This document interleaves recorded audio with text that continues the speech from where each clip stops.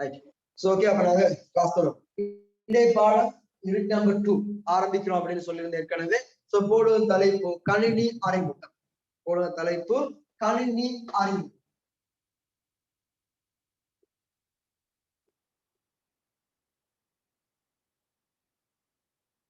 Introduction to computers அல்லது introduction of computers. So கணினி அறிமுகம். கணினி அறிமுகம் அப்படிங்கிறது நாங்க முதல்ல பார்ப்போம். கணினி தான் என்ன? முதலாவது விஷயத்தை பாடத்தை பார்க்க போறது கணினி சொன்னா என்ன? இந்த கணினி உருவாகிறதுக்கான அடிப்படை காரணங்கள், இந்த கணினி உருவாகிறதுக்கான அடிப்படை காரணங்கள் என்ன? கம்ப்யூட்டர் சாதனம் ஏன் தேவைப்பட்டது? முதல்ல பார்ப்போம். இந்த கணினின்றது சாதனம், இந்த கணினின்றது சாதனம் இந்த இடத்துல இருந்து பார்ப்போம். இந்த கணினி சாதனம் இந்த இடத்துல இருந்து பார்ப்போம். கணி அதாவது கால்குலேட். சோ கணினின்ற இந்த சாதனம் உண்மையிலேயே உருவாக்கப்பட்டது இப்ப நாங்க செய்யற வேர்ட், பவர்பாயிண்ட், எக்ஸல் கணினியில செய்யாத ஒரு வேலையில் இப்ப நான் இந்த எல்லா வேலைக்குமாக கணினி உருவாக்கல. ஆரம்ப காலத்துல கணினியை உருவாக்கினது ஒரே ஒரு காரணத்துக்காக கால்குலேட் பண்ணணும், கூட்டணும், கழிக்கணும், கல்குலேட்டர். சோ இப்பயும் கல்குலேட்டர், அதாவது கணினியோட லேட்டஸ்ட் சொல்லி இனிஷியல் வெர்ஷன் இப்பயும் இருக்குது. அதனால கல்குலேட்டர் அப்படின்ற பேர்லயே வச்சு நாங்க கல்குலேட்டர் பேர்லயே வச்சுக்கிறோம். சோ அப்ப நான் நினைச்சுக்கிறேன் கல்குலேட்டர்னா வேறொரு ஆள், கணினிடா வேறொரு ஆள் அப்படின்லாம் இல்லை. இந்த கம்ப்யூட்டர் தாய் அப்படின்னு சொன்னா கம்ப்யூட்டர் தாயகம் கல்குலேட்டர்ல இருந்து ஆரம்பிச்சு. ஏன்னு கேட்டா இப்ப அந்த காலத்து மனிதர்களுக்கு கவுண்ட் பண்றதுக்கான தேவை வந்து சாதாரணமா ஒரு குரூப் ஆஃப் பீப்புள் சேர்ந்து வாழும் போது, ஒரு குறிப்பிட்ட குழு ஒன்றா வாழும் போது அங்க அங்கத்தவர்கள் எத்தனை பேரு, எங்க சமுதாயத்துல எத்தனை பேர் இருக்கிறாங்க, எத்தனை பேருக்கு என்ன விஷயங்கள் தெரியும். இப்ப சாதாரணமா ஒரு சாப்பாடு எடுத்துட்டு வந்தா கூட ஆதிவாசிகள் கூட பழங்களையோ இல்ல காய்கறிகளோ வாழ்ந்துப்பாங்க. அப்ப சாப்பாடு கொண்டு வந்தா கூட அவங்களுக்கு பிரித்து வழங்க வேண்டியவர். அப்ப ஒருத்தருக்கு எத்தனை வழங்குறது, அவனோட மைண்ட்ல 1 2 3 நம்பர்ஸ் தெரியும். அவனோட மைண்ட்ல 1 2 3 நம்பர்ஸ் அவனுக்கு தெரியும். பட் ஆனாலும் இது அதாவது ஏதோ ஒரு விதத்துல எண்ணிக்கை மூலமா ஏதோ ஒன்று அறிஞ்சிருந்தான். நம்பர் தான் தெரியா, 1 2 3 4 நம்பர் தான் தெரியா. பட் ஏதோ ஒரு விதத்துல எண்ணிக்கை அப்படின்ற விஷயத்தை இப்ப சாதாரணமா இப்படி வச்சுக்கோங்களேன். இந்த டோக்கன் கொடுக்குற சிஸ்டம், இது ஆரம்ப காலத்துல டோக்கன் கொடுக்குற சிஸ்டம். எப்படி என்றால் ஒவ்வொருத்தருக்கு ஒவ்வொரு டோக்கன் வச்சிருப்பாங்க. அந்த டோக்கன் இருந்தா ஆள் இருக்கிறதா அர்த்தம், டோக்கன் இல்லையா ஆள் இல்லைன்னு அர்த்தம். சோ கவுண்டிங் பண்றதுக்கு ஒரு சிஸ்டம். இந்த சிஸ்டங்களை பயன்படுத்தி ஆரம்ப காலத்துல இருந்து ஏதோ ஒரு விதத்துல கவுண்ட் பண்ணி வந்தான். சோ கவுண்டிங் செஞ்சு வந்து இந்த நம்பர்ஸ் அறிமுகமானதுக்கு பின்னால இருந்தா நாங்க படிக்கிறோம். எங்க இருந்து நாங்க படிக்கிறது கல்லுகண்ட உரசி நெருப்பு வந்த காலமே. நாங்க படிக்கிறது கல்லுகண்ட உரசி நெருப்பு வந்த கல்லாயுகம் இல்லை. அதையும் தாண்டி கொஞ்சம் மெச்சூர்டான இப்ப நம்பர்ஸ் என்ற விஷயம் தெரிஞ்சாக்களுக்கு வரும். அப்ப நம்பர் விடயம் தெரிஞ்ச பிறகு அவங்க எப்படி எல்லாம் கல்குலேட் பண்றதுக்கு ஆரம்பித்தாங்க, எப்படி எல்லாம் கல்குலேஷன் செஞ்சாங்க அப்படிங்கிற விஷயங்கள் தான் நாங்க இப்ப பார்க்க போறோம். அப்படின்ற விஷயங்களை தான் நாங்க இப்ப பார்க்க போறது. சோ அப்ப நாங்க ஆரம்பத்துல இந்த கணினி அனுபவம் பாடத்துல முதலாவது தலைப்பா போடுங்க கணித்தலின் வரலாறு.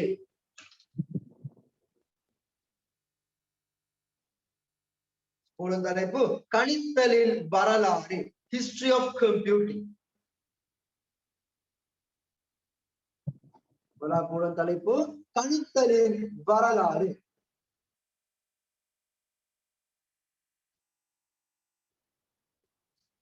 கணித்தலின் வரலாறு.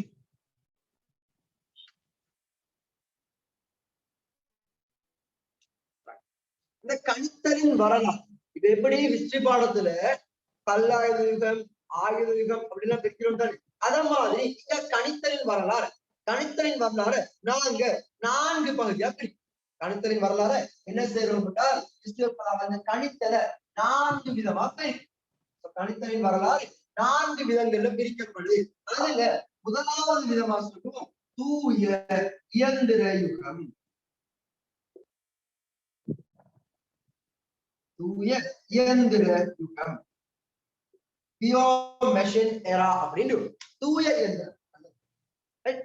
இயந்திர யுகம், பியோர் மெஷின் எரா. அதாவது தனிய இயந்திரம் மட்டும் வருவோம் ஒவ்வொன்றா விளங்கப்படுத்துறேன். முதல்ல 4 வகையம் எழுது. தூய இயந்திர யுகம். இரண்டாவது படிப்போம் இயந்திர யுகம். என்னோட சேர்ந்து நீங்களும் எழுதி கொண்டால் இயந்திர யுகம், தூய இயந்திர யுகம். இரண்டாவது இயந்திர யுகம். மூன்றாவது மின் இயந்திர யுகம்.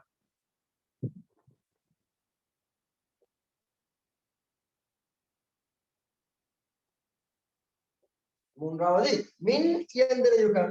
நான்காவது இலத்திரனியல் யுகம்.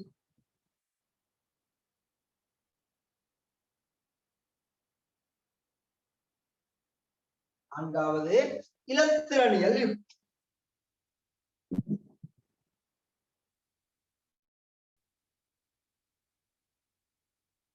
சரி, தூய இயந்திர யுகம், இயந்திர யுகம், மின் இயந்திர யுகம், அடுத்தது இலத்திரனியல் யுகம்.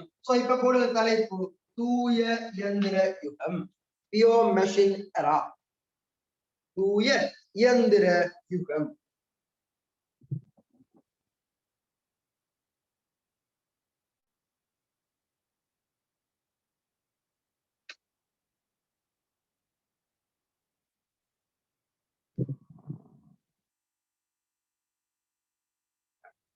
தூய இயந்திர யுகம், அதாவது தூய இயந்திர யுகம் என்று சொன்னால் கம்ப்யூட்டர் எல்லாமே இயந்திரமா இருந்ததா. இப்பயும் இயந்திரம் தான். அது எப்படின்னு கேட்டா பாருங்க, ஒரு காலம் இருந்து கம்ப்யூட்டருக்கு பெட்ரோலும் டீசலும் போட்டு ஒர்க் பண்ற காலம்.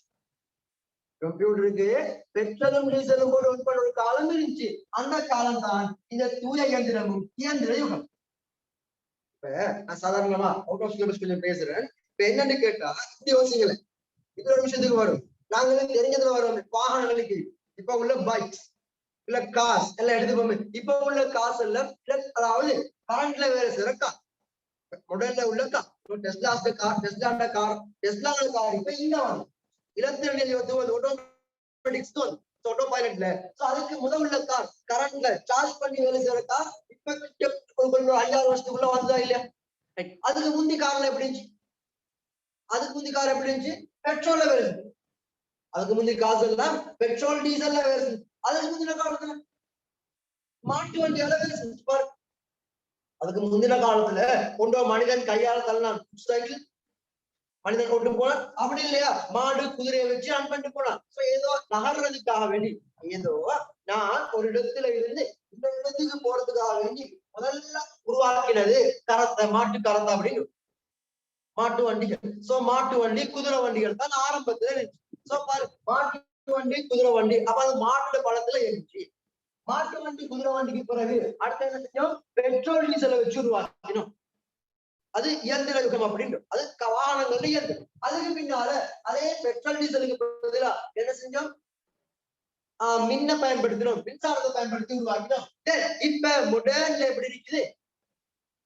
மின்சார பயன்பாட்டோட அட்வான்ஸா திங்க் பண்ணக்கூடிய வாகனங்கள் வந்து, அதாவது ஆட்டோ பைலட் போர்ட்ல ஆட்டோமேட்டிக்கா இயங்கக்கூடிய வாகனங்கள் வந்து. இதுதான் இது வாகனங்கள்ல இப்பதான் வருது. பட் கணினில நேரத்தோடய வந்து நீங்க பிறக்கும் போதுவே இலத்திரயுகத்துக்குள்ள வந்துட்டோம். எப்ப? இது கணினில நீங்க பிறக்கிறதுக்கு முதல் இந்த இடத்துக்கு வந்துடும். அதாவது இப்ப 15 வருஷம் 16 வருஷத்துக்கு முன்னாலதான் இலத்திரயுகம் ஆரம்பிக்கப்பட்டது. அதுக்கு முன்னால கணினி எப்படி இருந்துச்சுன்னு சொன்னா தூய இயந்திரம். அதுக்காக கேட்கப்படாது ஆடு மாடு பற்றிங்க, ஆடு மாடு வச்சுங்க அப்படின்னு. தூய இயந்திரம் என்று சொன்னால் நான் தான் கணினி இயக்கிறது, எனக்கு தேவையான மாதிரி. இதுதான் தம்பி, இதுதான் மேத்தமெட்டிக்ஸ் அபகஸ் அப்படின்றீங்க. உலகத்துல உருவாக்கப்பட்ட முதலாவது கணிப்பு சாதனம் யாருன்னு எவன் கேட்டாலும் ஆன்சர் என்சட்டம். அது ஹிஸ்டரி பாடத்துல தான் ஐடி பாடத்தில். இந்த என்சட்டம் எப்ப உருவாக்கப்பட்டுச்சு அப்படின்னா, இந்த என்சட்டம் கிட்டத்தட்ட 1400 முன் 1450 அதாவது நாங்க சொல்லுவோம் கிமு 500 வருடங்களுக்கு முன்னால், 5000 வருடங்களுக்கு முன்னால, கிமு 5000 வருடங்களுக்கு முன்னால, கிறிஸ்துக்கு முன் 5000 வருடங்களுக்கு முன்னே இந்த எண் சட்டம் அப்படின்றது மேத்தமெட்டிக்ஸ் 6ஆம் ஆண்டு 7ஆம் ஆண்டு கணித பாடத்தை படிச்சிருப்பீங்க. இது எண் சட்டம் இந்த மாதிரி ஒண்ணு வரைஞ்சு இதுல 1, 10, 100 இந்த மாதிரி வட்டம் எல்லாம் வச்சு சோ இந்த பெருமதி என்னன்னு கேட்டா இப்பயும் சொல்லுவீங்க 2 1 4 214 இப்படிதான் சேரும். சோ இதான் நாங்க சின்னத்துல எப்ப 6ஆம் ஆண்டுல படிச்சோம். அப்ப 6ஆம் ஆண்டுல படிச்ச இந்த எண் சட்ட முறைமை தான் கணித்தல்ல முதலாவது சாதனம். இந்த 6ஆம் ஆண்டுல படிச்ச எண் சட்டம் தான் யாரு கணித்தல்ல முதலாவது சாதனத்தை உருவாக்குறது சீனர்கள். உருவாக்குறது யாரு? சீனர்கள். அதனாலதான் ஒரு பழமொழியே இருக்குது, சீனா தேசம் சென்றாலும் சீர்கல்வியை கற்றுக்கொள்.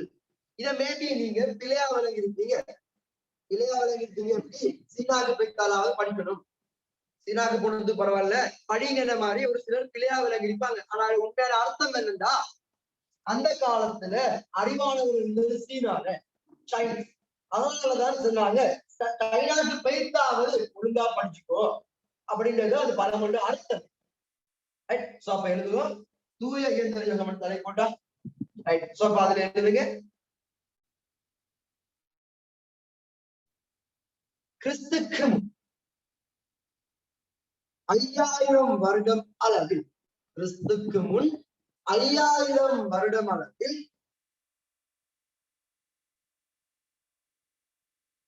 கிறிஸ்துக்கு முன் 5000 வருடம் அளவில் சீனர்களால் பயன்படுத்தப்பட்ட, கிறிஸ்துக்கு முன் 5000 வருடம் அளவில் சீனர்களால் பயன்படுத்தப்பட்ட முதலாவது கணித்தல் உபகரணம் எண் சட்டம். எண் சட்டம்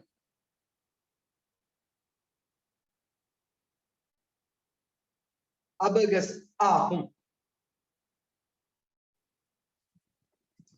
இதுத்தானியல்கள் ஈஸி மெட்ஸை ஈஸியா படிப்போம், கணித பாடத்தை ஈஸியா படிப்போம் அப்படின்னு சொல்லி ஒரு சீசன்ல வந்துச்சு ஒரு 2 வருஷத்துக்கு முந்தைய அபகஸ் கோர்ஸ் அப்படி விளங்குதா. எண் சட்டம் தான் பேசிக்கே கணக்குல. சோ அப்ப லேசா இருக்கலாம், அது லேசா தான் இருக்கு. ஆனா இதை வச்சுக்கிட்டு மொடர்ன்ல உள்ள கல்குலேஷன் செய்யணுமா? இல்ல. உங்களால என்ன செய்யலாம்? கூட்டல், கழித்தல், பெருக்கல், வகுத்தல் அதெல்லாம் படிச்சுக்க. பட் மொடர்ன்ல உள்ள கணித பிரச்சனைகளை செய்யறதுக்கு அபகஸ் போதுமா? போதா? இத அந்த காலத்தாக்களே உணர்ந்தாங்க. சோ அப்ப அபகஸ் பயன்படுத்தப்பட்டது கிறிஸ்துக்கு முன் 5000 ஆண்டுகள்ல இருந்து கிபி 1450 வரைக்கும் ஒரே ஒரு சாதனம் அபகஸ் தான் இருந்துச்சு. எழுதுங்க 2வது நோட். இச்சாதனம்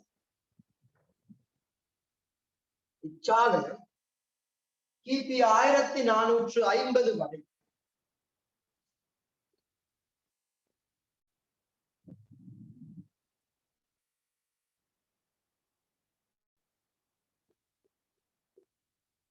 கிபி 1450 வரை பயன்பாட்டில் இருந்தது.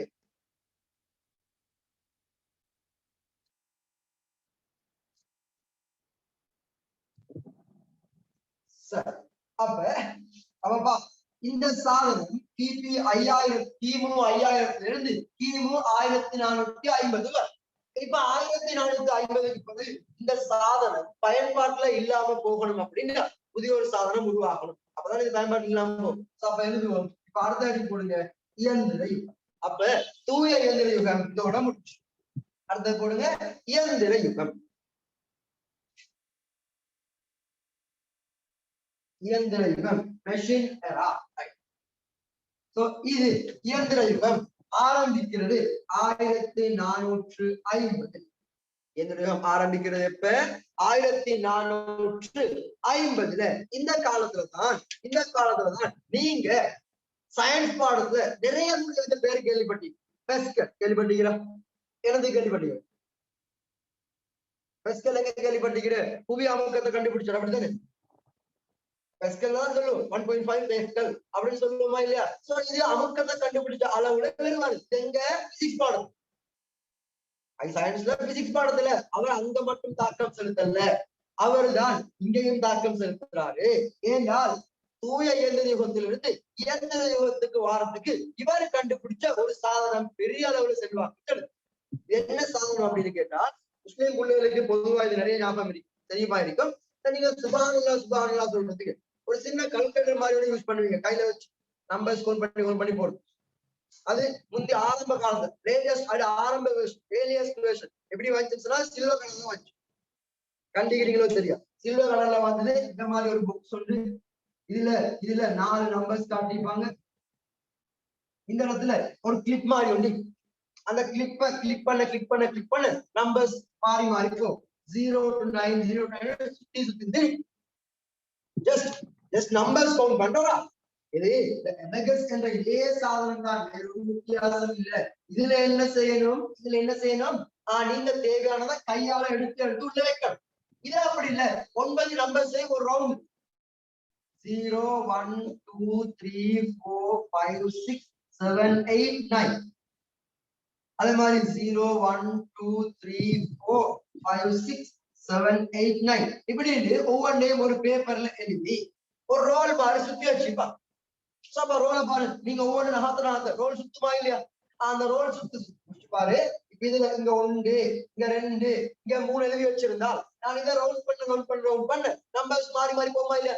ஒரு முறை ரோல் பண்ணா 1 மாறுது, 2வது முறை 2 மாறி போகும். இந்த பேசிக் சிம்பிள் சிஸ்டத்தை இந்த பேசிக் சிஸ்டத்தை பயன்படுத்தி பெஸ்கல் அப்படின்றவரு ஒரு சாதனத்தை உருவாக்கினாரு. அது பேரும் வச்சாரு பெஸ்கலைன் சாதனம். அதை நாங்க கணினி ரீதியாக அத கூட்டல் பொறி அப்படின்னு சொல்றோம். அதுக்கு என்ன பேரு சொல்றோமா? கூட்டல் பொறி. அதுக்கு ஒரு பேரு சொல்றோம், கூட்டல் பொறி அப்படின்ற பேர். அதாவது இந்த சாதனத்தால கூட்டல் வேலைகள் மட்டும்தான் செய்யும். இந்த என்ற சாதனத்துல பயன்படுத்தினாலும் ஞாபகம் இருக்கு, இல்லை அந்த காலத்துல தெரியும். அப்ப என்ன செஞ்சாரு, நீங்க பிரஸ் பண்ண நம்பர் கூடி போ. உங்களுக்கு ஒரு லிமிட்டுக்கு மிச்சம் வரணுமா, இதுல உள்ள எல்லா நம்பர்ஸையும் எடுத்து போட்டா திருப்பி அடுத்த இருக்கும். ரீசெட் பண்ணே சொல்ற விஷயம் விளங்குதா? முதலாவது ஒரு வேலை கேட்கலாம், 5ஐயும் 4ஐயும் கூட்டு அப்படிங்க. நீங்க முதல்ல செய்யணும், 5 முறை பிரஸ் பண்ணணும். திருப்பி 4 தானே கூட சொல்லணும், அப்ப 4 முறை பிரஸ் பண்ணணும். இப்ப எங்க வந்து நிற்கும் நம்பர் 9ல வந்து நிற்கும். கூட்டி முடிஞ்சு அவ்வளவுதான். இந்த வேலை அவ்வளவுதான். ஓகே, ஸ்டாப் எழுதுவோம். இயந்திர யுகத்துல 1642 காலப்பகுதியில் 2 காலப்பகுதியில் பிளேஸ் பெஸ்கல் என்பவர்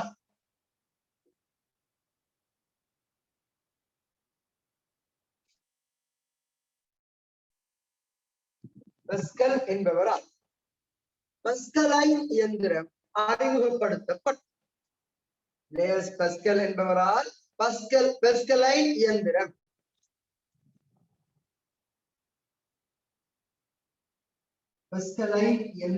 அறிமுகப்படுத்தப்பட்டது. பெஸ்கலைன் இயந்திரம் அறிமுகப்படுத்தப்பட்டது.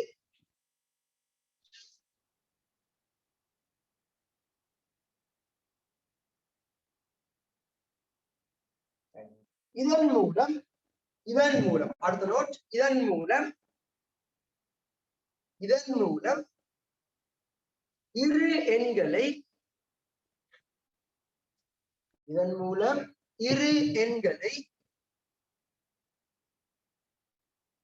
கூட்டல் மற்றும்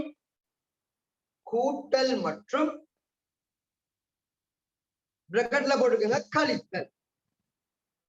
கூட்டல் மற்றும் கழித்தல் செயல்பாட்டை செய்ய முடிந்தது. இதன் மூலம் கூட்டல் மற்றும் கழித்தல் செயல்பாட்டை செய்ய முடிந்தது.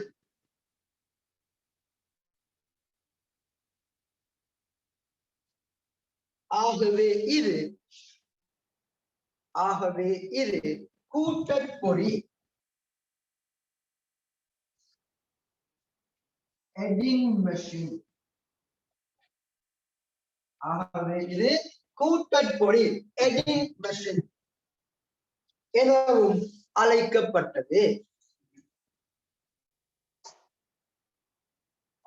இது கூட்டற்பொறி எடிங் மெஷின் எனவும் அழைக்கப்பட்டது. சோ நான் உங்களுக்கு டிஸ்ப்ளே பண்றேன் பாரு.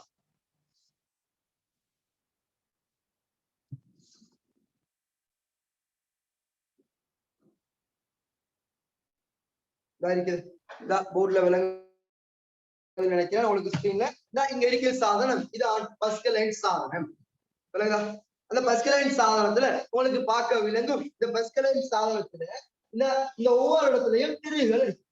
இந்த ஒவ்வொரு இடத்துலயும் திருகுகள் இருக்கும். திருகுகள் மூலமா அதாவது சுற்றுலன் மூலமா நம்பர்ஸை மாத்தி மாத்தி கவுண்டிங் செய்யக்கூடிய மாதிரி இவ்வளவுதான் இந்த சாதனம். சரியா? ஜஸ்ட் ஒரு சின்ன ஒரு பாக்ஸ் அவ்வளவுதான்.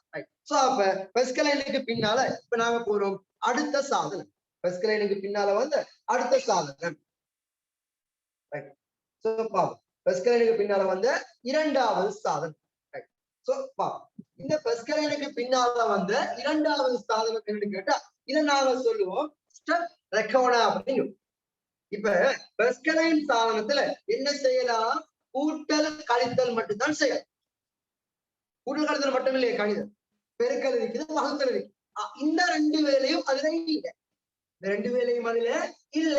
இந்த ரெண்டு வேலையும் செய்யறதுக்காக வேண்டி புதிய ஒரு சாதனத்தை பஸ்கலைன் சாதனத்தை முன்னோடியா வச்சு உருவாக்கப்பட்டது. அதுக்கு பேரு சொல்லுவோம் ஸ்டெப் ரெக்கோனர். அது பேரு சொல்லுவோம் ஸ்டெப் ரெக்கோனர். சோ அப்ப என்னதுங்க 1694 காலப்பகுதியில் 1694 காலப்பகுதியில் Gottfried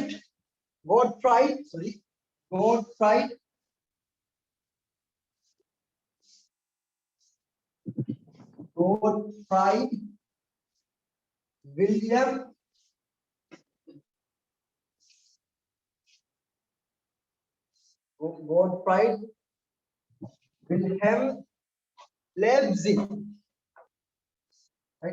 பேரு கொஞ்சம் ஞாபகம் வச்சுக்கிறது கஷ்டமா இருக்கும். பட் போக போக என்பவரால் கோட்ரிக் வில்லியம் லெப்சிக் என்பவரால் லெப்னிஸ் என்பவரால் ஸ்டெப் ரெக்கோனர்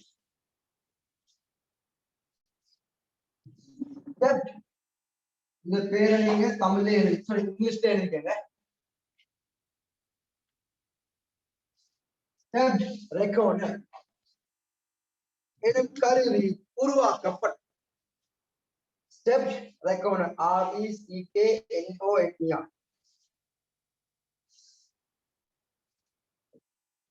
ஸ்டெப் ரெக்கோனர் எனும் கருவி உருவாக்கப்பட்ட இக்கருவியானது அடுத்த நோட்டாளர் நல்ல மீன் இக்கருவியானது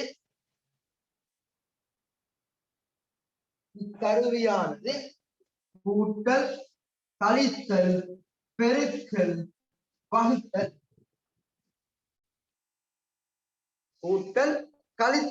பெருக்கல் வகுத்தல் எனும் அடிப்படை கணித செய்கைகள் அனைத்தையும் மேற்கொள்ளக்கூடியதாக இருந்தது.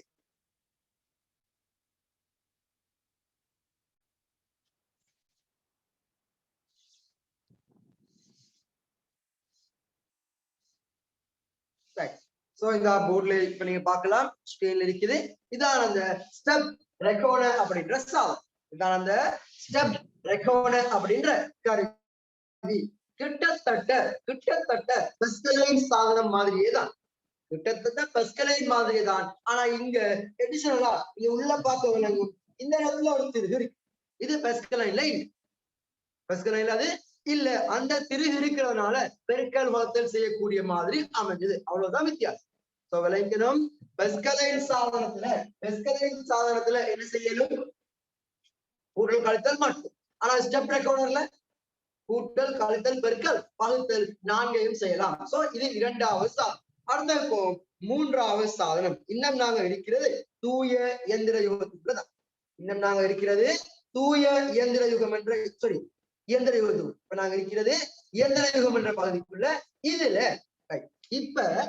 இப்ப இந்த காலப்பகுதியில சாதாரணமா என்ன செஞ்சாங்க அப்படின்னா நம்பர்ஸ கூட்ட கழிக்க உருவாக்கியாச்சு. ஆனா இது எல்லாமே ஜஸ்ட் மெஷினா தான் இருக்கு, எல்லாம் இயந்திரமா இருக்கு. அது கோயில் ஊத்த வேண்டிய தேவை வரும், அப்படித்தானே? ஏன்னா திருகு சுத்தும் போது இருக்கும், அப்ப அதுக்கு என்ன செய்ய வேண்டி வரும்? கோயில் ஊத்த வேண்டிய தேவை வரும். அதே டைம்ல டிஜிட்டல் ஸ்கிரீன் ஒன்று இல்ல பாக்குறது, ஒரு ஸ்கிரீன் ஒன்று இல்ல, அது ஸ்கிரீன்ல கிளாக் மாதிரி கிளாக் மாதிரியா எல்லாம் வேலை செய்யும். அப்ப இத கொஞ்சம் இத கிளாக் மாதிரி இல்லாம டிஜிட்டலைஸ் பண்ணி உங்களோட கையிலேயே நீங்க பார்க்கலாம் கிளாக். அதாவது ரெண்டு விதமான கிளாக் இருக்கும், ஒண்ணு அனலாக் கிளாக் இருக்கும், அதே மாதிரி டிஜிட்டல் கிளாக் இருக்கு. இப்ப இத சாதனம் எல்லாம் அனலாக்ல இருந்துச்சு, இத டிஜிட்டலா மாத்து. என்ன செய்யணும்? டிஜிட்டலா மாத்து.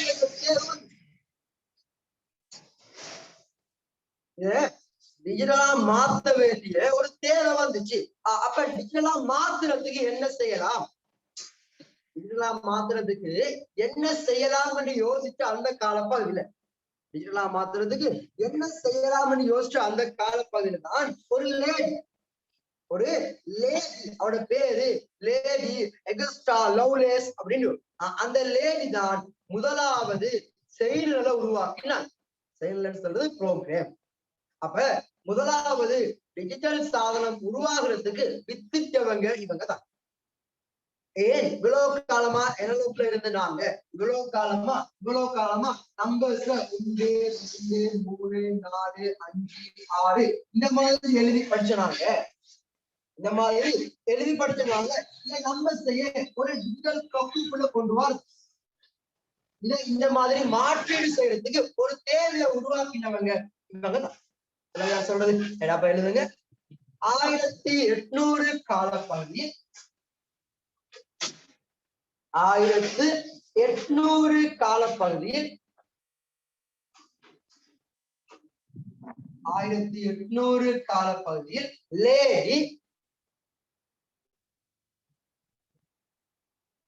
லேடி அகஸ்டா லவ்லேஸ்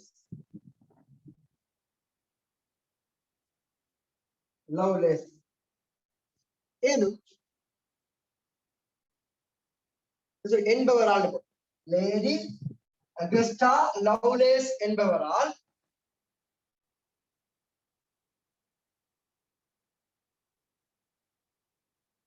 உலகின் முதலாவது கணினி செயலிகள் உருவாக்கப்பட்டது.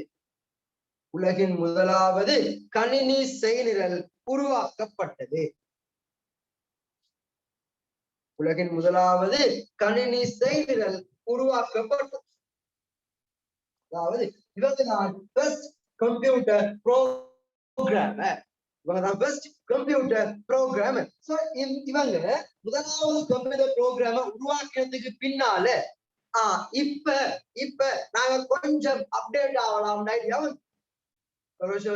இப்ப நாங்க கொஞ்சம் அப்டேட் ஆகலாம். என்ன கணினிய இப்ப நாங்க கல்குலேட்டரையும் இந்த மாதிரி மாத்தலாமே. சாதாரணமா அனலாக்லயே இப்படி இந்த ஊடகத்திலயும் வட்டம் வரைஞ்சு பெரிய பெரிய சாதனம் உருவாக்குறது, வட்டம் வரைஞ்சு பெரிய பெரிய சாதனத்தை உருவாக்குறதை விட நாங்க என்ன செய்யலாம், கொஞ்சம் அப்டேட் ஆகலாம் என்னோட நோக்கம். சார் இப்படி அப்டேட் ஆகணும், டிஜிட்டலுக்கு மாறணும் அப்படின்னா எனக்கு ஒரு முக்கியமான தேவை வருது. டிஜிட்டல் ஸ்கிரீன் ஒன்று அப்பதானே மாத்தலாம்.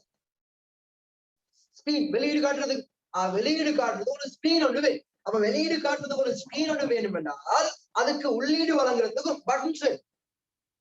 சாதாரணமா நீங்க ஒரு டிஜிட்டல் கிளாக் எடுத்துக்காதுல, அனலாக் கிளாக்ல ஒரே ஒரு ஊடகம் சுத்துறது. ஆனா டிஜிட்டல் கிளாக்ல இந்த பக்கம் எல்லாம் பட்டன்ஸ் நிறைய வரும்.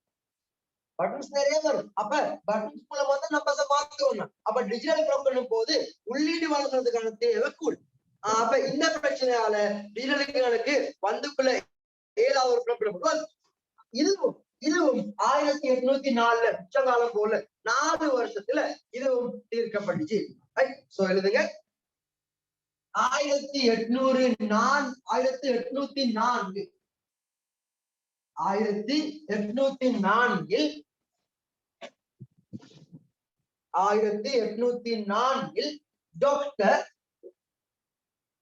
டாக்டர் ஹெர்மன் ஹெலர்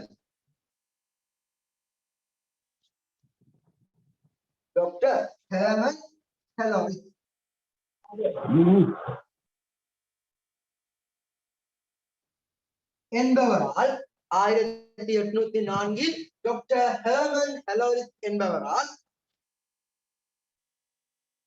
துளையிடப்பட்ட அட்டை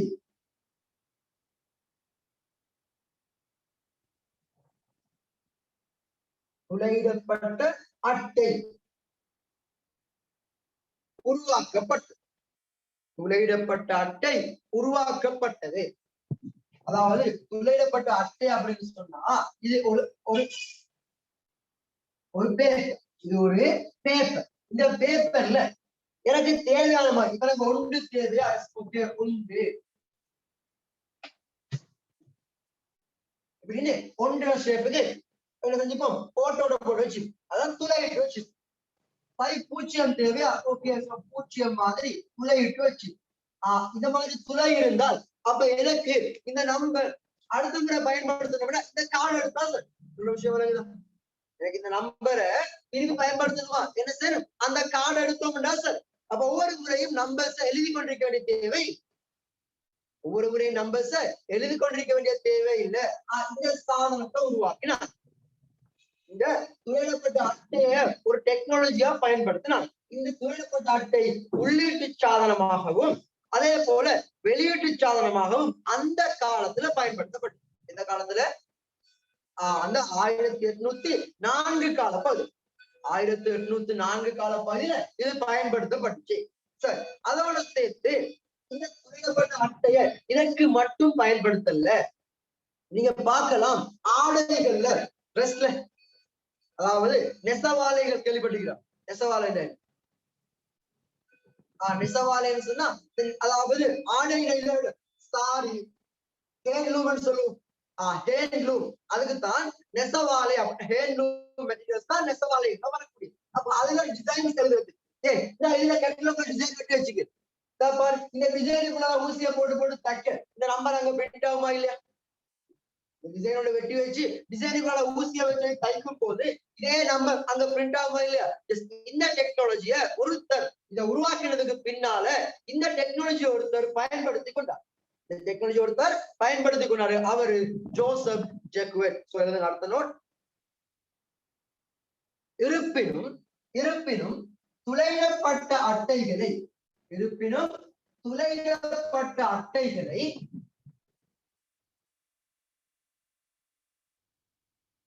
ஜோசப் ஜெக்குவெட்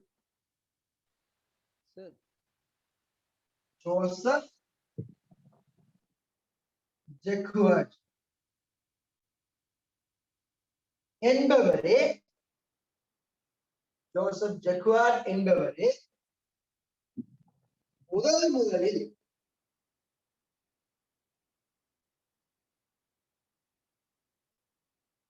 முதலில் தனது நெசவாலைகளில் பயன்படுத்தினார்.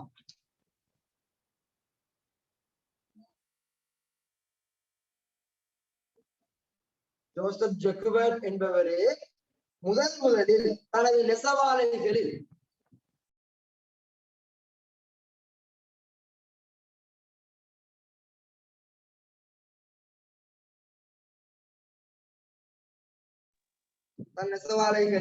முதலில் பயன்படுத்தினார்.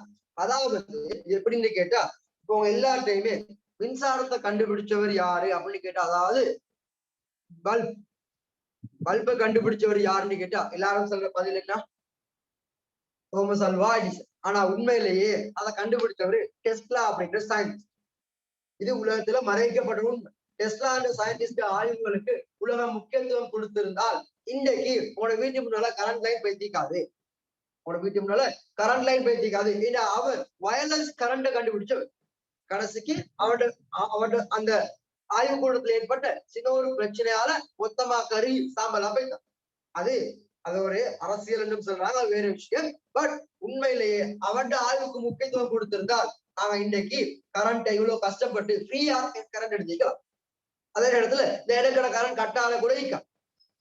அதே மாதிரிதான் உண்மையிலேயே இந்த துளையிடப்பட்ட அட்டையை கண்டுபிடிச்சவர் யாரு, ஹெர்மன் ஹெலரி. பட் அதை முதல்ல யூஸ் பண்ணது யாரு, ஜோசப் ஜெக்குவெட். ஓகே, ரெண்டு பேருடைய பேரையும் துளையிடப்பட்ட அட்டையோட ஞாபகம் வச்சுக்கொள்ளுங்க. சரி, ஓகே. இன்னும் நாங்க எழுதுங்க. துளையிடப்பட்ட அட்டைகள்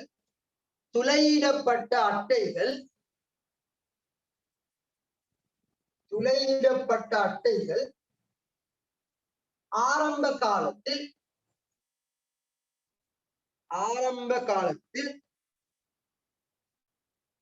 தரவுகளை களஞ்சியப்படுத்த, அதாவது ஒரு தேவையான விடயத்தை ஒரு கெட்லாக்ல உருவாக்கி சர்வ் பண்ணி வைக்க, தரவுகளை களஞ்சியப்படுத்த பயன்படுத்தப்பட்டன.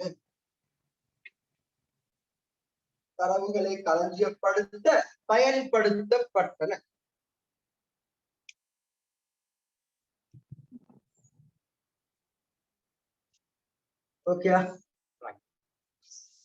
அப்ப அப்படியே போறோம் அடுத்த பகுதி. இப்ப அவுட்புட் டிவைஸ் கிடைச்சிட்டு, அவுட்புட் பண்றதுக்கு ஆள் கிடைச்சிட்டு, இன்புட் பண்றதுக்கு ஆள் கிடைச்சிட்டு, சேமிக்கிறதுக்கு ஆள் கிடைச்சிட்டு, அதே டைம்ல ப்ரோக்ராமும் கிடைச்சிட்டு. அப்ப இதெல்லாம் கிடைச்ச பிறகு எல்லாத்தையும் ஒன்றா சேர்த்து உள்ளிட்ட முறைவழியாக்கம் செஞ்சு வெளியிட்ட பெறலாம்னு நான் முதலாம் பாடத்தை படிச்ச முதலாம் பாடத்துல உள்ளீடு, முறைவழியாக்கம், வெளியீடு, அதாவது இன்புட், ப்ராசஸ், அவுட்புட். அடுத்தவங்க எல்லாரும் சொன்னதை அப்படியே களவாடி வச்சு தாண்ட சுய கருத்து மாதிரி, இது பிளகரிசம். சுய கருத்து மாதிரி ஒருத்தர் சொன்னாரு, அவரைத்தான் நாங்க இன்னைக்கு கணினியின் தந்தை அப்படின்னு பேரை சொல்றோம். அவருடைய பேர் என்ன பேரு? Charles Babbage. கணினியின் தந்தை சார்ல்ஸ் பபேஜ் என்று சொல்றோமா இல்லையா? சொல்றோம். ரைட். ஆனா அவரு அடுத்தவங்க சொன்ன கருத்துக்களை வாங்கி ஒரு புதிய சாதனத்தை உருவாக்கினாரு. சோ இந்த சாதனம் இதுவரைக்கும் வந்த சாதனங்களை விட அட்வான்ஸ் ஆயிடுச்சு. சொல்றேன், சாதனங்களை உருவாக்குறதுக்காக வேண்டி அவருக்கு நாங்க கணினியின் தந்தை என்ற பட்டம் வழங்கல். அப்படி சாதனங்களை உருவாக்குறதுக்காக கணினி தந்தை பேரு வழங்கணுமா இருந்தா கணினியின் தந்தையா சீனர்களை சொல்லிக்கொண்டு அவங்கதான் முதல்ல அபகசம் உருவாக்கினாங்க. அப்படி இல்லையா பெஸ்களை சொல்லிக்கணும், முதலாவது இயந்திரத்தை உருவாக்கினாங்க. அவங்க 2 பேரை விட்டு போட்டு இப்ப ஏன் அது அந்த காலம் இப்ப 1450 ஆரம்பித்த சாதனங்கள். நான் இப்ப இங்க இருக்கிறேன் 1800 தாண்டி வந்துட்டேன். கிட்டத்தட்ட 400 வருஷத்துக்கு பின்னால வந்த ஒருத்தர் கணினியின் தந்தை அப்படின்னு சொல்றோம்னு சொன்னால் அதுக்கு என்ன காரணம் தெரியுமா? இவர்தான் இந்த ஐபிஓ மோட்ல சேர்த்து வச்சு சொன்னாரு. சொல்ற விஷயம் விளங்குதா? இவர்தான் இந்த ஐபிஓ மோட்ல சேர்த்து வச்சு, அதாவது கணித்தல் சாதனங்களுக்கு உள்ளீடு வழங்கி புரோகிராமிங் மூலமா வழியை சொல்லி கொடுத்தா அது அதற்கே வெளியிட்டு தரும். இந்த அடிப்படையில தான் முதலாவது கல்குலேட்டர் இங்க இல்ல பின்னால வரும் கல்குலேட்டர் உருவாக்கல. இந்த அடிப்படையில் கருத்து சொல்லி போய்த்தாரு. அவருக்கு பின்னால வந்த சயின்டிஸ்ட் இந்த கருத்தை ஆராய்ந்து கல்குலேட்டரை நீங்க பயன்படுத்துற கல்குலேட்டர் உருவாக்கு. சோ பாரு, நீங்க பயன்படுத்துற கல்குலேட்டர்ல நீங்க என்ன செய்றீங்க? 5ஐயும் 4ஐயும் கூட்டணுமா? ஆரம்பம் சொன்னா அதே கணக்கு. 5ஐயும் 4ஐயும் கூட்டணுமா? முதல்ல 5 பிளஸ் பண்ணுவீங்க, ரெண்டாவது பிளஸ்ல பிளஸ் பண்ணுவீங்க, அடுத்தது 4 பிளஸ் பண்ணுவீங்க, தென் சமன் பிளஸ் பண்ண ஈக்குவல் மார்க் பிளஸ் பண்ண ஆன்சர் 9 டிஸ்பிளே ஆகுமா இல்லையா? டிஸ்பிளே. பட் கல்குலேட்டர் யாரு சொல்லி கொடுத்தா இந்த அர்த்தம் கூட்டல்னு சொல்லி? அதான் ப்ரோக்ராம். சொல்லுங்க, இதுல அர்த்தம் கூட்டல் கல்குலேட்டர் யாரோ ஒருத்தர் சொல்லி கொடுக்கணுமா இல்லையா? அந்த சொல்லி கொடுத்த விஷயம் தான் என்னது? ப்ரோக்ராமிங். சொல்றது சார். இப்ப எழுதுவோம் 1822 காலப்பகுதியில் 1822 காலப்பகுதியில் சார்ல்ஸ்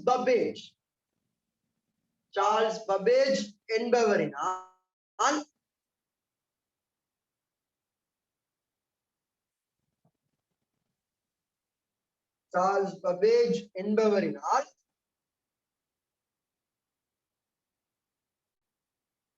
முதலாவது இயந்திர கணினியான அந்த முதலாவது இயந்திர அக்கில கொடுப்போம். முதலாவது இயந்திர கணினியான பகுப்பாய்வு பொறி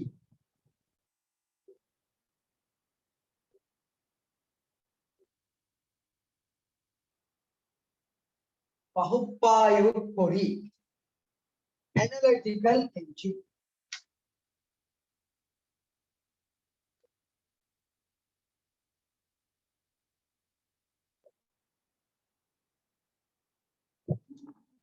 அனலிட்டிக்கல் என்ஜின்.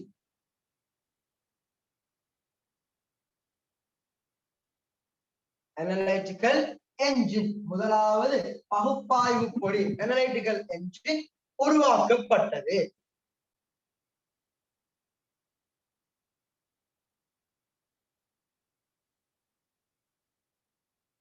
இது இது இது முற்றுமுழுதாக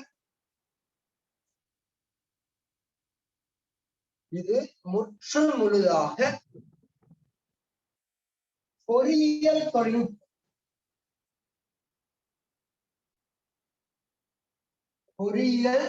தொழில்நுட்பத்தை அடிப்படையாக கொண்டு உருவாக்கப்பட்டது. இது முற்றுமுழுதாக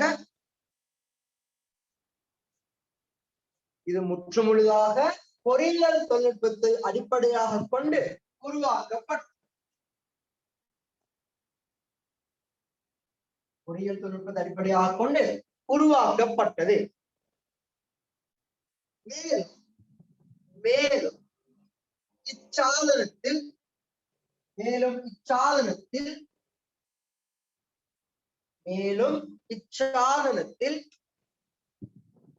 1050 இலக்கங்கள் கொண்ட 1050 இலக்கங்கள் கொண்ட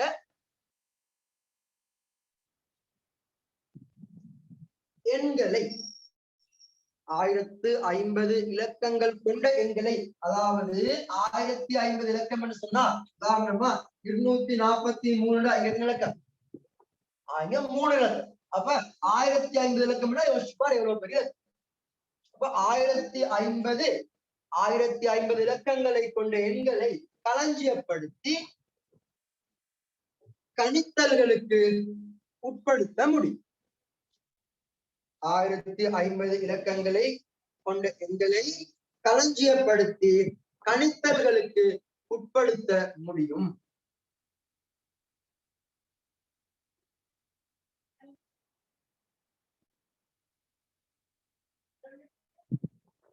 உட்படுத்த முடியும்.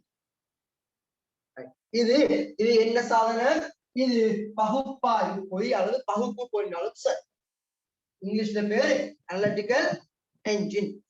இது மட்டும் இல்ல, அவர் உருவாக்குறது இன்னொரு சாதனத்தை உருவாக்கு. இதே டைம்ல அவர் செஞ்சாரு, இன்னொரு சாதனத்தையும் உருவாக்கினாரு. அவருக்கு பேரு சொல்லுவோம் பாகுபாட்டு பொறி. எழுதுங்க, பாகுபாட்டு பொறி.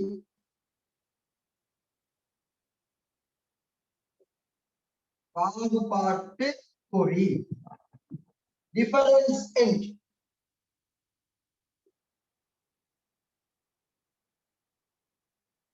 டிஃபரன்ஸ் என்ஜின் எனும் சாதனமும் சார்ல்ஸ் பபேஜ் இனாலே உருவாக்கப்பட்டது. சார்ல்ஸ் பபேஜ் இனாலே உருவாக்கப்பட்டது.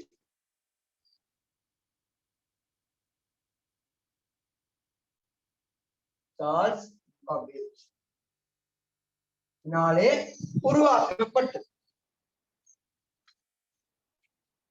அவர் சார்ல்ஸ் பபேஜ் 2 சாதனங்களை உருவாக்கினார். 2 சாதனங்கள் உருவாக்கினாரே. அதுல ஒன்று பகுப்பாய்வு பொறி அனலிட்டிக்கல் என்ஜின், இரண்டாவது பாகுபாட்டு பொறி டிஃபரன்ஸ் என்ஜின். இந்த 2ஐயும் உருவாக்குறதுக்காக அவரை கடையை தந்தேன்னு சொன்னேன் இல்ல. அப்ப எழுதுங்க அடுத்த நோட். இவர் நவீன கணினிகளில் பயன்படுத்தப்படும்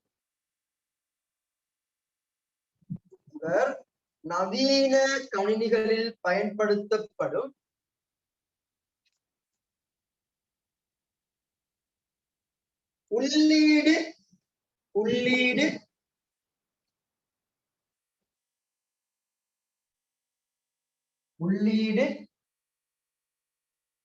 செயல்முறை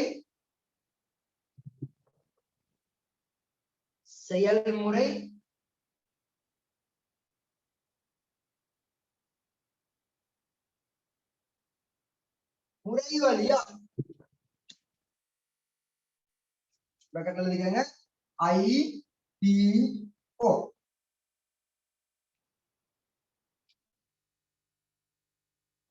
உள்ளீடு உள்ளீடு செயல்முறை அல்லது முறை வழியாக்கம் கடைசியா இருக்கிற மூன்றாவது ஆமாம் வெளியீடு இது 2 3 வெளியீடு IPO.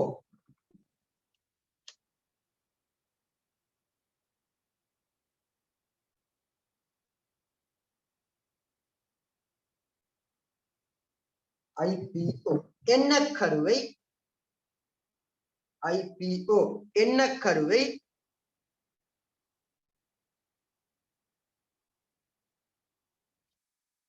முதலில் வெளியிட்டார். IPO என்ன கருவை முதலில் வெளியிட்டார்.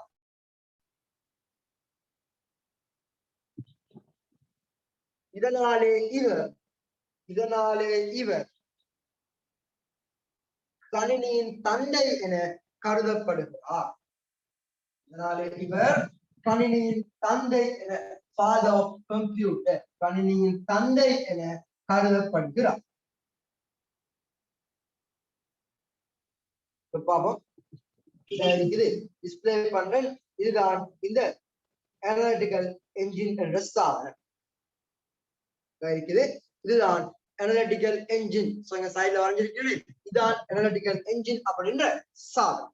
ரைட் ஓகே சரி அப்படியே போவோம் அடுத்து.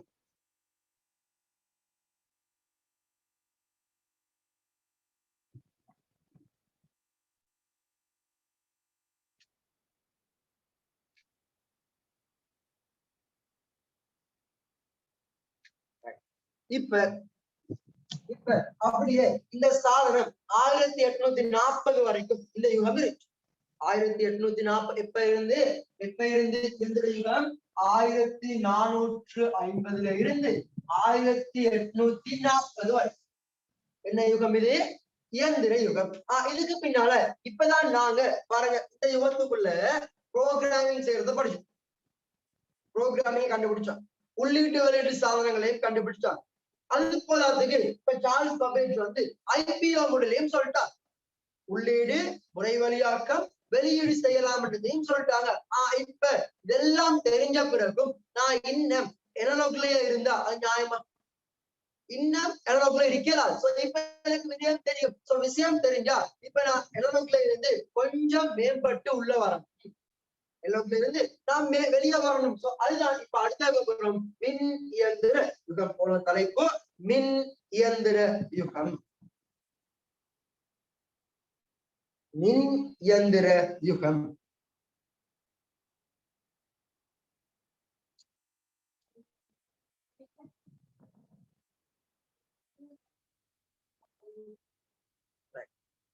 சரியா? மின் இயந்திர யுகம். இந்த மின் இயந்திர யுகம் வந்த உடனே இந்த மின் இயந்திர யுகத்துல ஸ்டார்டிங் பாயிண்ட்ல நான் படிச்ச ஒரு விஷயம், ஹேமன் ஹெலரி அவர் ஏதோட கண்டுபிடிச்சாரு. அப்படின்னு கண்டுபிடிச்சாரு துளையிடப்பட்ட அட்டை. அப்ப அவர் துளையிடப்பட்ட அட்டையை பயன்படுத்தி அவற்றை இந்த களவாணி ஜோசப் பயன்படுத்திட்டார். பட் அவரும் விடல. இவரும் முயற்சி செஞ்சு இவரு டியூப்லைட்டிங் என்ற ஒரு மெஷினை கண்டுபிடிச்சார். அந்த மெஷின் தான் மின் இயந்திர யுகத்துல முதலாவது சாதனம். அந்த மெஷினை பயன்படுத்தி சனத்தொகையை மதிப்பிடலாம். பயன்படுத்தி என்ன செய்யலாமா? சனத்தொகை மதிப்பீடு செய்யலாமா? அப்ப எழுதுங்க 1890 காலப்பகுதியில் 1890 காலப்பகுதியில் டேபுலேட்டிங் அது டேபுலேட்டிங் மெஷின் எனும்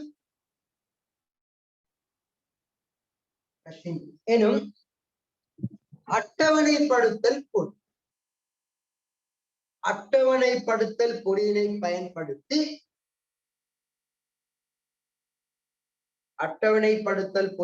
பயன்படுத்தி டாக்டர் ஹெர்மன் ஹெலரி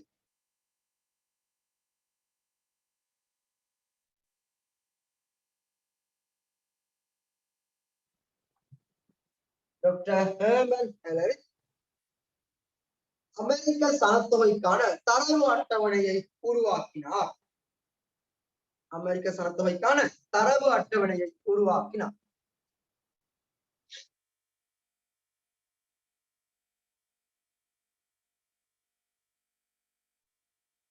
அமெரிக்க சனத்தொகைக்கான தரவு அட்டவணையை உருவாக்கினார்.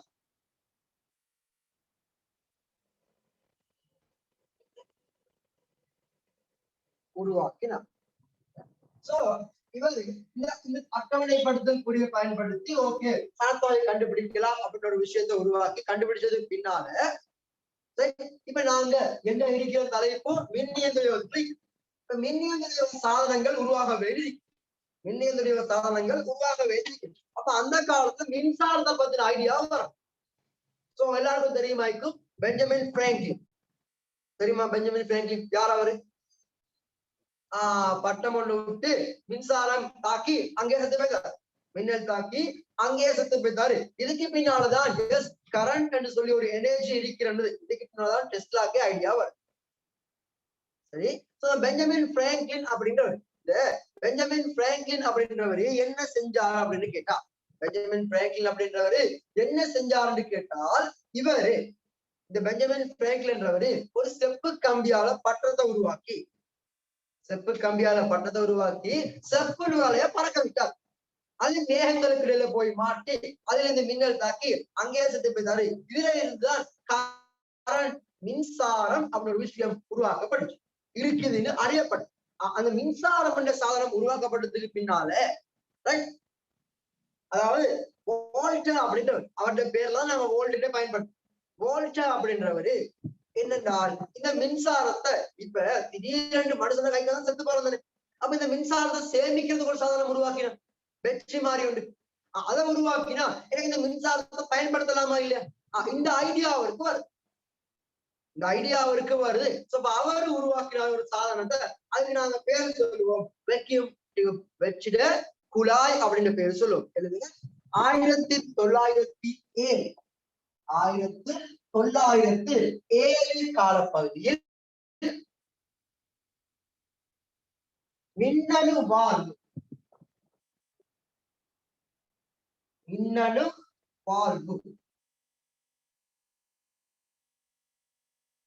வால்டர் ஃபாரஸ்ட் என்பவரால்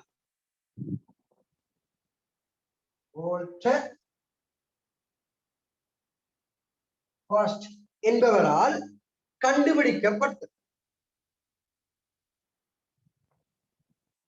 வால்டர் ஃபாரஸ்ட் என்பவரால் கண்டுபிடிக்கப்பட்டது. அதுக்கு வோல்டே அப்படின்னு சொல்லுவோம், ஃபாரஸ்ட் சொல்லுவோம். அதான் ரெண்டு பேரையும் தமிழ்ல இங்கிலீஷ்லயும் கலந்தது. வால்டர் ஃபாரஸ்ட் என்பவரால் கண்டுபிடிக்கப்பட்டது. இதுவே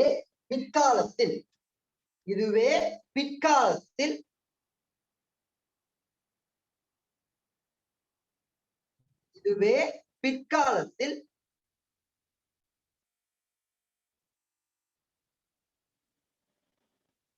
மின்னணு வால்வு வால்டர் ஃபாரஸ்ட் என்பவரால் கண்டுபிடிக்கப்பட்டது. இதுவே பிற்காலத்தில் வெற்றிட குழாய் என அறியப்பட்டது. இதுவே பிற்காலத்தில் வெற்றிட குழாய் என அறியப்பட்டது. Vacuum tube.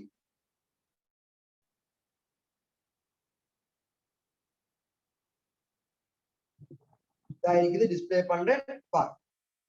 வெக்யூம் டியூப் இதுதான் வெக்யூம் டியூப். இதுதான் வெக்யூம் டியூப். அதாவது ஒரு ஜஸ்ட் ஒரு ஒண்ணுமே இல்லாத ஒரு ஸ்டேக் மட்டும் இருக்கும். இதுக்குள்ள மொத்தமா என்ன இருக்குமா? வெற்றிடம் டியூப் லைட் மாதிரி. உண்மையில ஒண்ணுமே இல்லதான். அது மாதிரிதான் இங்கேயும் உள்ள ஒன்றுமே இல்லை. எனர்ஜி பாஸ் ஆகும் போது அந்த எனர்ஜியை சர்வ் பண்றதுக்கு நான் பாரு டியூப் லைட்டுக்குள்ள உண்மையிலே ஒன்றுமே இல்லை, பட் வெளிச்சம் வருதா இல்லையா? அது எப்படி என்றால் ஹை லெவல்ல கரண்ட் பாஸ் ஆகும் போது அதாவது பிளஸ் அண்ட் மைனஸுக்கு இடையில கதோட்டுக்கும் அனோட்டுக்கும் இடையில பாஸ் ஆகும் போது கரண்ட் பாஸ் ஆகும் போது என்ன செய்யும்? அது எனர்ஜி, அது வெளிச்சமா மாறும். கரண்ட் என்ன மாறும்? அது வெளிச்சமா மாறும். அதைத்தான் டியூப்ல எங்களுக்கு டிஸ்பிளே பண்ணும். சரியா? சோ அப்ப இந்த வெக்யூம் டியூப் உருவாக்கப்பட்டதுக்கு பின்னால நாங்க இலத்திரன் யுகத்துக்கே போகலாம். ஆனாலும் இன்னும் மின்னியந்திர சாதனங்கள் ஒரு சில இருக்கு, அதை பார்த்துட்டு போவோம் அடுத்த பகுதி. சரி, அடுத்தது 1936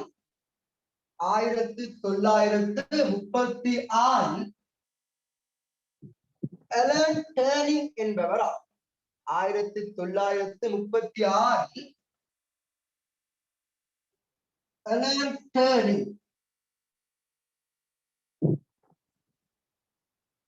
டர்னிங் என்பவரால் டர்னிங் மெஷின் அலன் டர்னிங் என்பவரால் டர்னிங் மெஷின் அலன் டர்னிங் என்பவரால் டர்னிங் மெஷின் உருவாக்கப்பட்டது.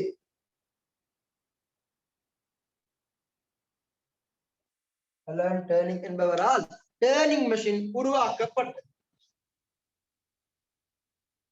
அதாவது இந்த டர்னிங் மெஷின் அப்படின்றது தம்பி, இது மாடர்ன் கம்ப்யூட்டர்ஸ்ல இன்புட் அவுட்புட் ப்ரோசஸ் மூலமா செயல்படுற ஒரு சாதனம் தான் இது. அதாவது டிஜிட்டல் கால்குலேஷன் செய்யறதுக்கான சாதனம். இவ்வளவு காலமா கால்குலேஷன் அனலாக்ல தான் இருந்துச்சு. டிஜிட்டலுக்கு மாத்திர முதலாவது சாதனம் தான் டர்னிங் மெஷின். அதனால இவரை நாங்க என்ன சொல்றோம் என்றால் கணினி விஞ்ஞானத்தின் தந்தை அப்படின்னு சொல்றோம். எழுதுங்க.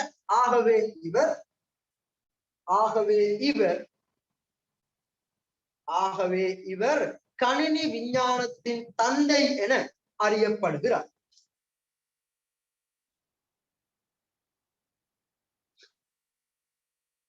ஆகவே இவர் கணினி விஞ்ஞானத்தின் தந்தை என அறியப்படுகிறார்.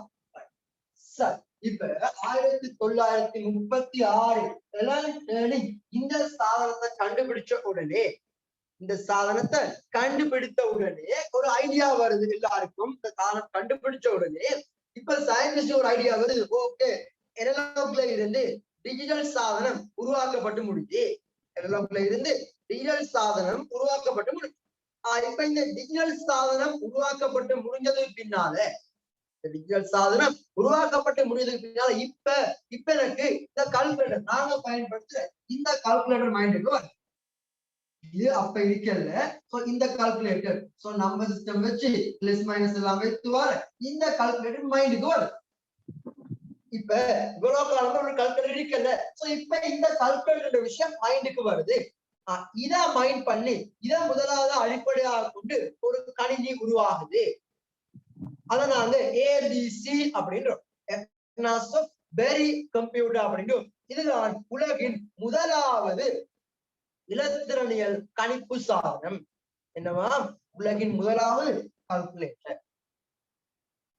சாதாரணமா நாங்க பயன்படுத்துற கால்குலேட்டர் ஸ்டார்டிங் தான். சரியா? அப்ப எழுதுங்க. 1937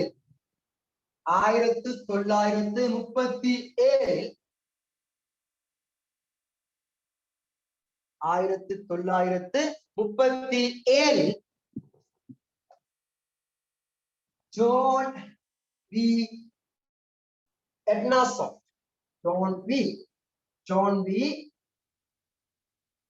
எட்னாசாஃப்ட் என்பவரினால்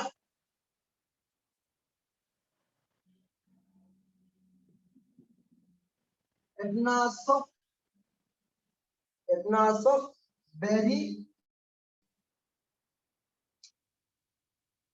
பெரி computer. Atanasoff Berry computer.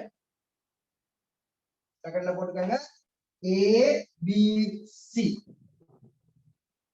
Atanasoff Berry computer ABC உருவாக்கப்பட்டது. ஏபிசி உருவாக்கப்பட்டது. பெரி கம்ப்யூட்டர் உருவாக்கப்பட்டது. இதுவே அடுத்த நோட்டா எழுதுங்க. இதுவே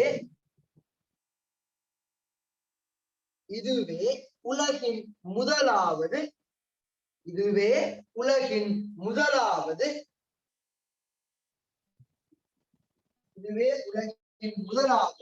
இலத்திரனியல்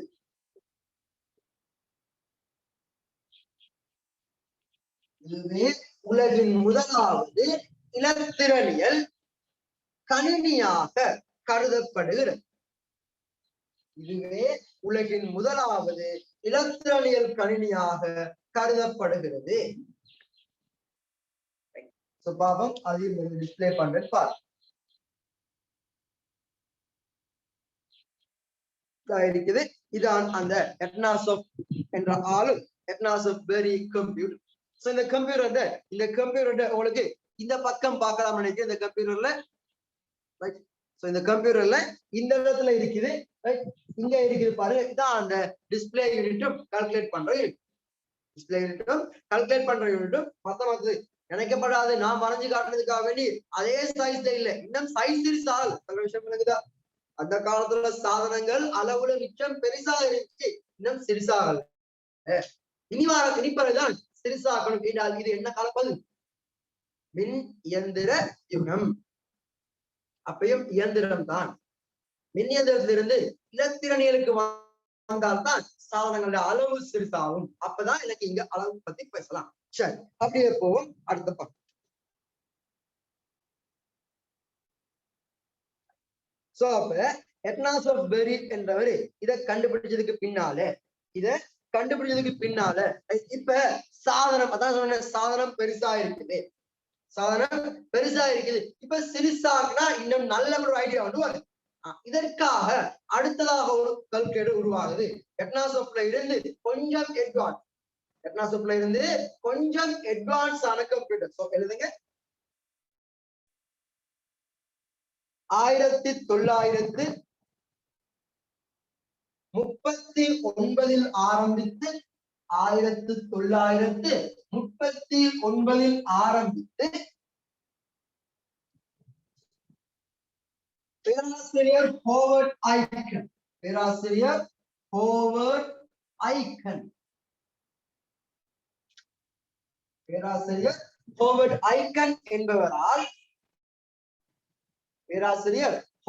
ஐகன் என்பவரால்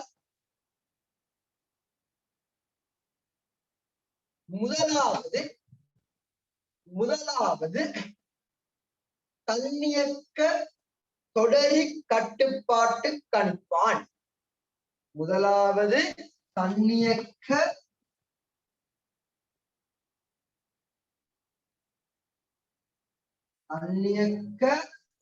தொடரி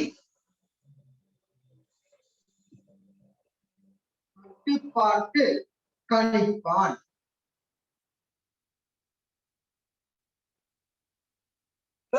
ஆட்டோமேட்டிக் கம்ப்யூட்டர், அதாவது ஆட்டோமேட்டிக்காக செய்யற முதலாவது கம்ப்யூட்டர் தன்னியக்க கட்டுப்பாட்டு கல்குலேட்டர் உருவாக்கினாலும் சரி. இப்ப இது ஆட்டோமேட்டிக்காக செய்யற கல்குலேட்டர் தொடரி கட்டுப்பாட்டு கணிப்பான் உருவாக்கப்பட்டது.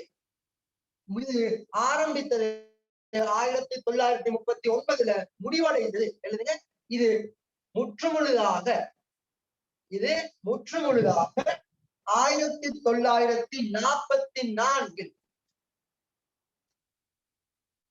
1939 முற்றுமுழுதாக பூர்த்தி செய்யப்பட்டது.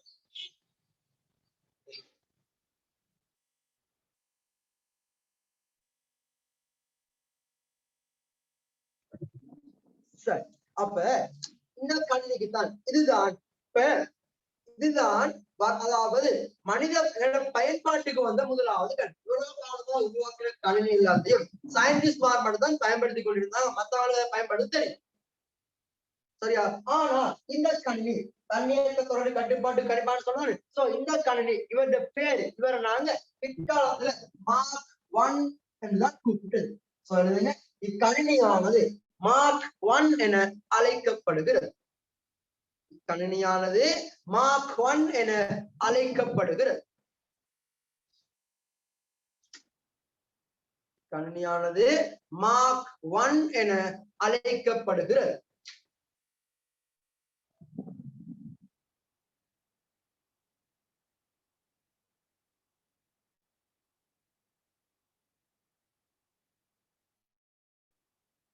கணினியானது மார்க் 1 என அழைக்கப்படுகிறது. இந்த கணினிக்கு தான் தம்பி கீபோர்ட் என்று சொல்ற ஆளும் அவுட்புட் டிவைஸா பஞ்ச் கார்டு அப்படின்றது முதல்ல அறிமுகம் செய்யப்பட்டது. எழுதுங்க.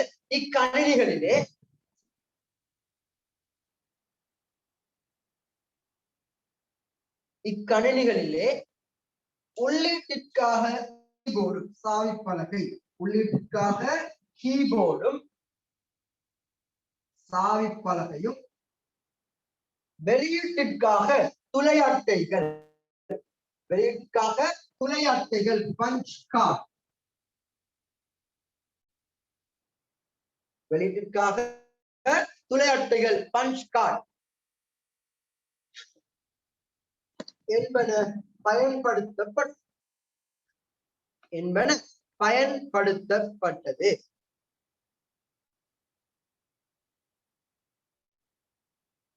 சரியா? நாங்க அடுத்த இதோட மின் இயந்திர யுகம் முடிச்சு நாங்க மறுநாள் போகணும். இன்றைக்கு எக்ஸ்ட்ரா நோட்ஸ் எழுதினேன் அப்படியா? சோ இன்னைக்கு நோட்ஸ் தான் ஃபுல்லாவே. இப்ப நீங்க என்ன செய்யுங்கன்னா அடுத்த சண்டே கிளாஸுக்கு போது இந்த நோட்ஸ் எல்லாத்தையும் நான் பாடமாக்கி, இந்த நோட்ஸ் உங்களுக்கு ஈஸியா பாடமாக ஒரு வழி என்னன்னா, நானும் எழுதும் போது வருஷம் போட்டு தான் இது. சோ ஒரு வருடத்தை போட்டு அந்த வருடத்தை நிகழ்வு நடக்கும்.